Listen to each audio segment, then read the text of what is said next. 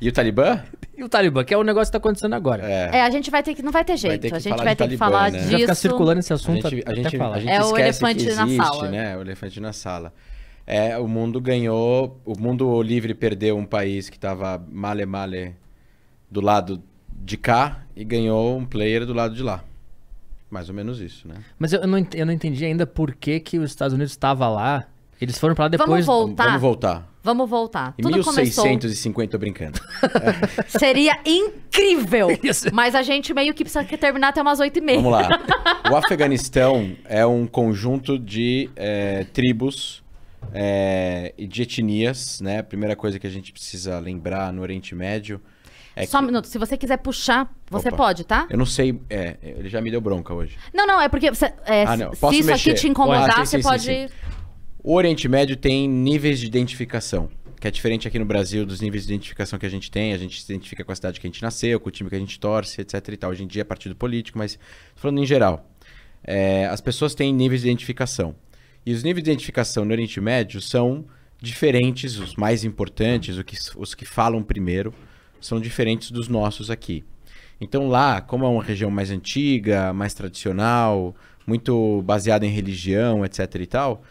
os níveis de identificação, o primeiro deles é a tribo. Mas não é tribo como a gente imagina, uma tribo numa tribo indígena no Brasil, nos Estados Unidos ou na América. A gente está falando de de identificação tribal no sentido familiar, tradicional, que acabou originando depois o vilarejo, ou a vila, ou a aldeia, ou até mesmo a cidade onde as pessoas são.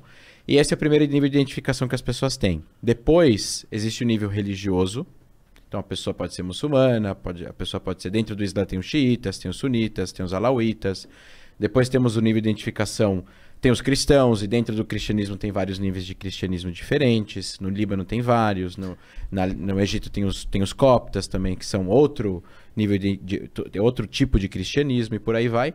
Tem os drusos, tem os judeus, etc e tal. Depois tem o nível étnico e depois tem o nível nacional, que seria... Se você é afegão, paquistanês, indiano, israelense, palestino e por aí vai.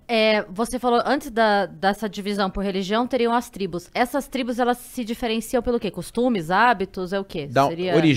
Origem, sobrenome. São grandes famílias, então. São grandes famílias. São 10 mil, 15 mil, 200 mil ligadas. Tá. E aí você tem voltar para trás, realmente, centenas de anos para entender a origem delas. Elas se relacionam entre si? Algumas sim, outras não. Tá. Então, por exemplo, existem famílias, a gente não chama de tribo, mas existem famílias palestinas na Cisjordânia que são brigadas há 300 anos. Então não tem casamento, não tem visita, não se bicam, não se gostam, etc e tal. Então, em relação ao Afeganistão, a gente tem um conjunto de tribos. Então o Afeganistão é um lugar que é estratégico da Ásia Menor, assim, a gente está falando de um caminho entre Oriente Médio e Ásia, onde você tem 80% de montanhas na região hoje do país considerado Afeganistão, pelas fronteiras geográficas.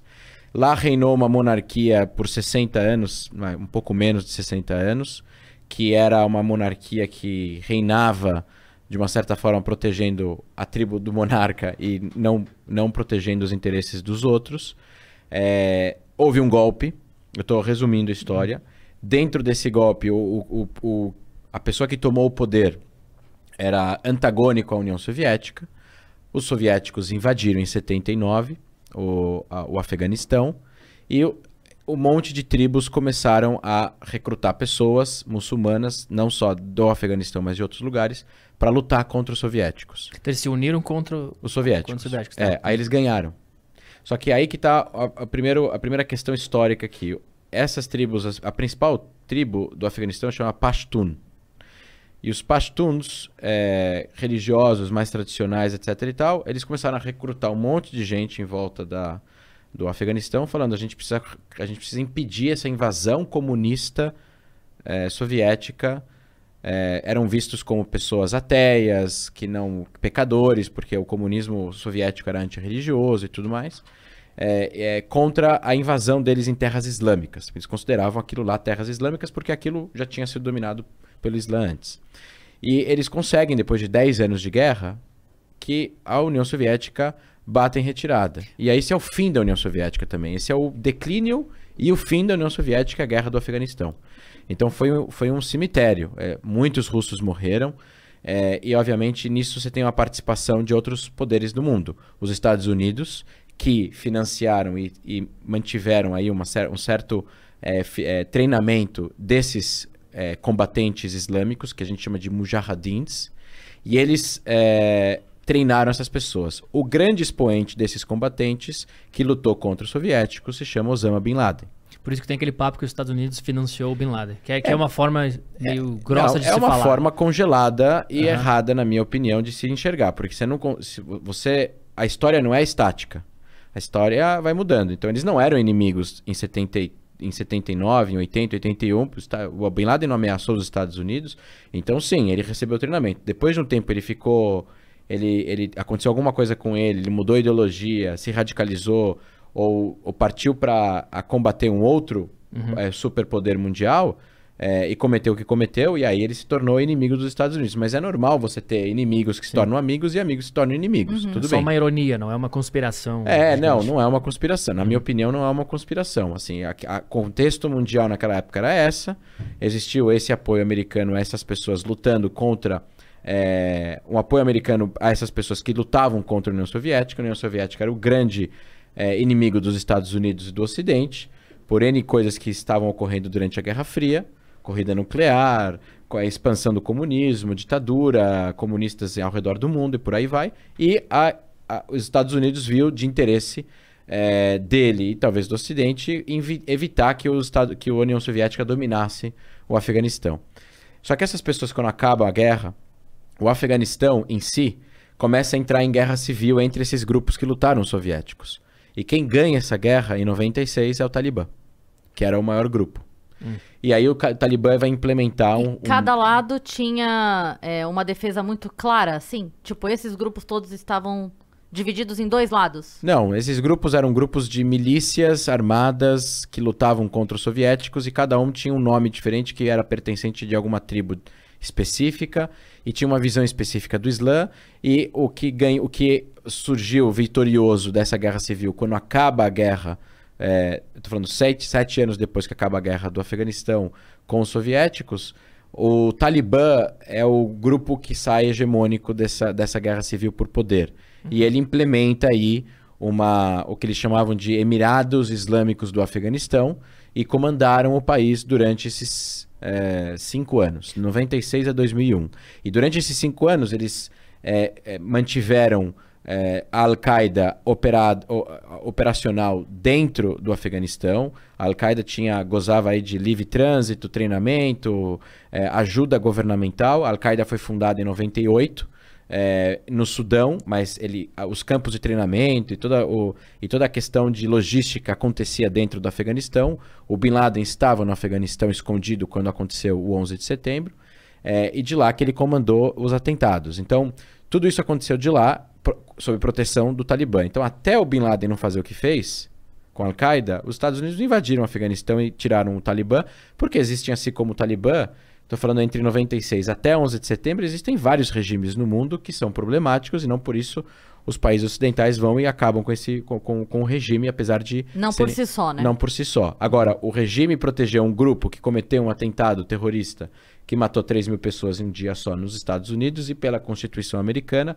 um ataque em solo americano é uma declaração de guerra e aí gera uma série de protocolos que o presidente até não tem nem como evitar não responder militarmente, né?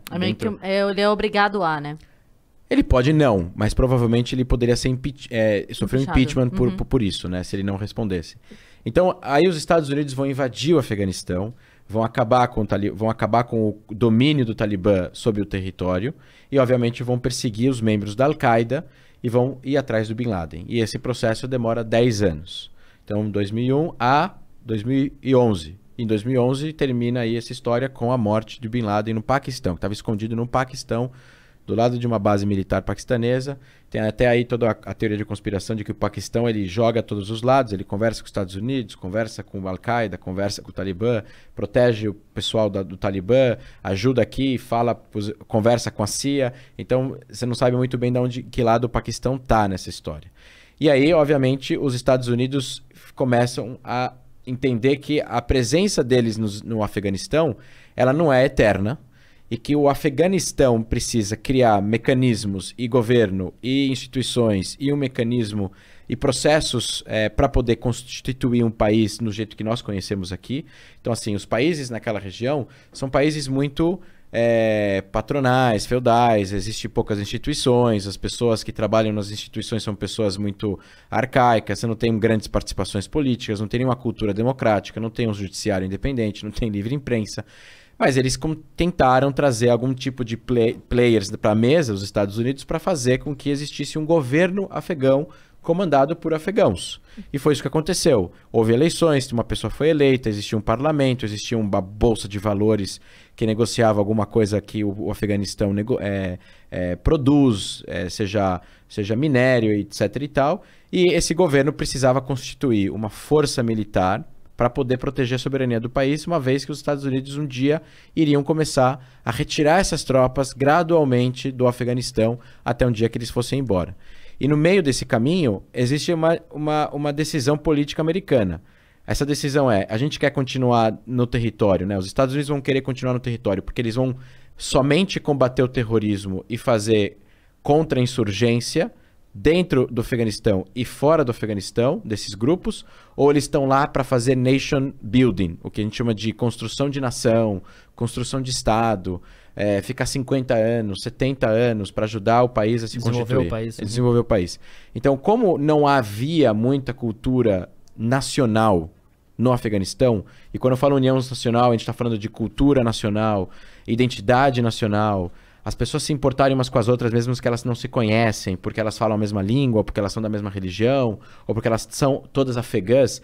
Essa identificação com a bandeira, que é o que nós sentimos quando o Brasil joga a Copa do Mundo contra a Argentina, que é essa coisa forte, eles têm menos.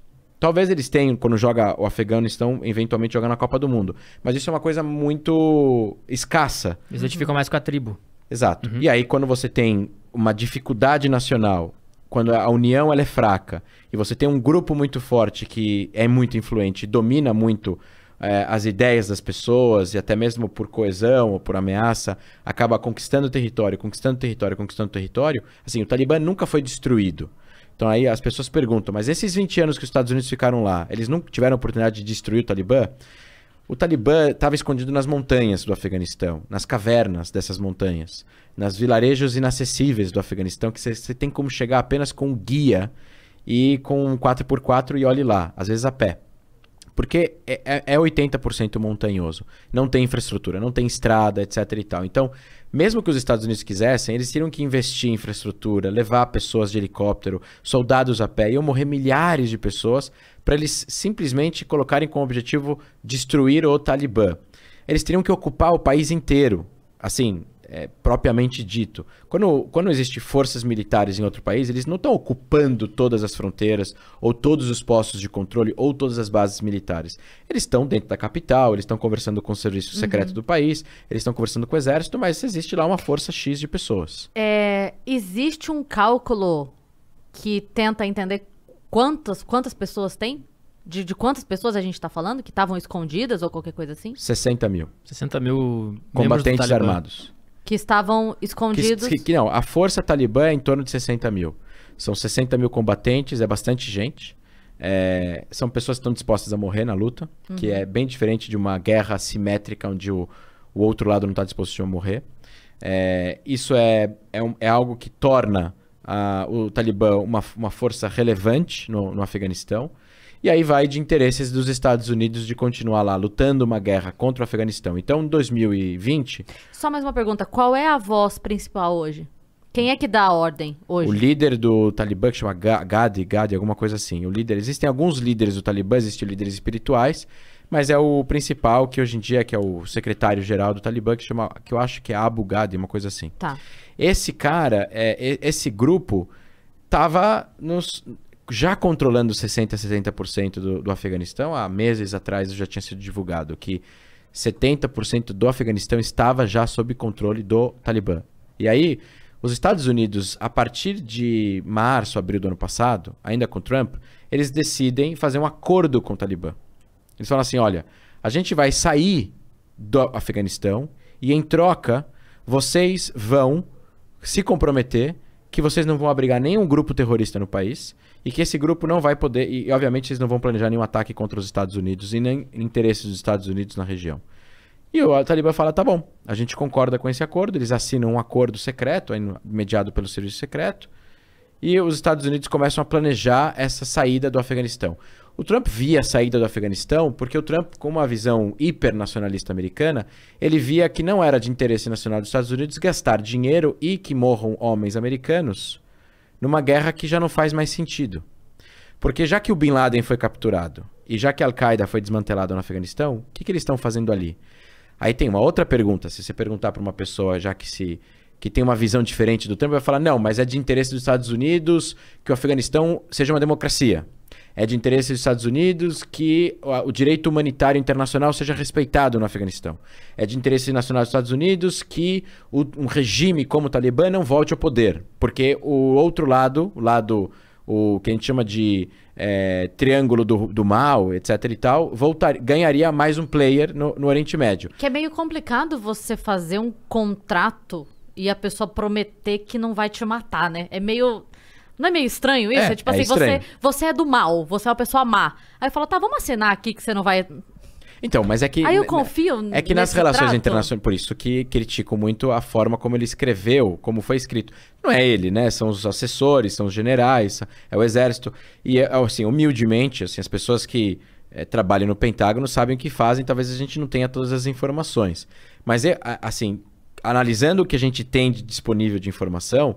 A forma como foi feito esse arrangement com o Talibã fortalecia o Talibã.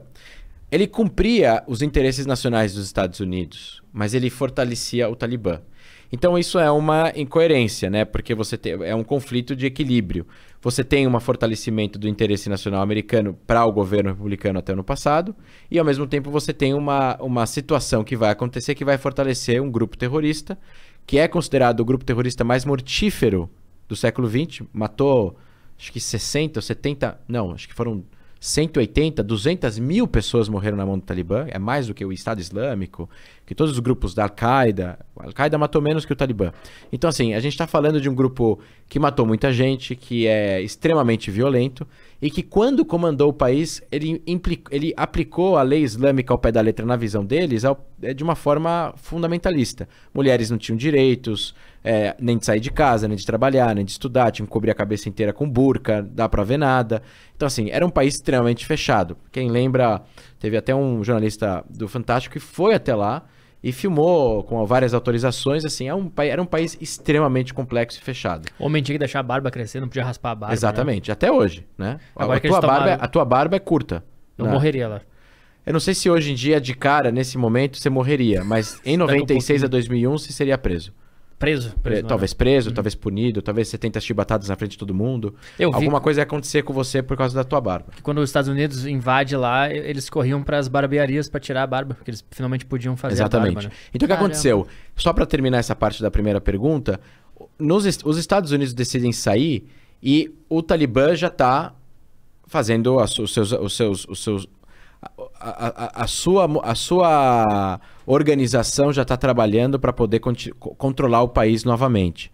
Então essa saída dos Estados Unidos, agora com o Biden decide que ele vai cumprir o acordo que foi assinado pelo Trump, porque não é o Trump ou o Biden, é o presidente dos Estados Unidos com o Talibã. Então assim, o presidente dos Estados Unidos assinou um negócio, o presidente dos Estados Unidos no ano seguinte precisa cumprir. Não importa se trocou o presidente ou não.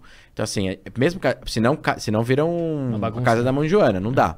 Tem que ter uma certa organização. Os Estados Unidos reconheceu Jerusalém como capital de Israel e os Estados Unidos do Biden continuam reconhecendo. Então, não tem uma mudança drástica de política para coisas desse tipo, porque a gente está falando em nome do país e não em nome do governo apenas, né? Eu não sabia que tinha continuado. Então tinha continuado. Então o Biden fala assim, bom, vamos fazer esse... Quer dar uma pausa? Não, a gente só vai continuar comendo aqui. Vamos fazer acontecer esse acordo que o Trump fez, mas vamos fazer isso não em setembro, vamos fazer isso em maio. Ah, não, em maio não vai dar, vamos fazer em agosto. E aí eles decidem a data.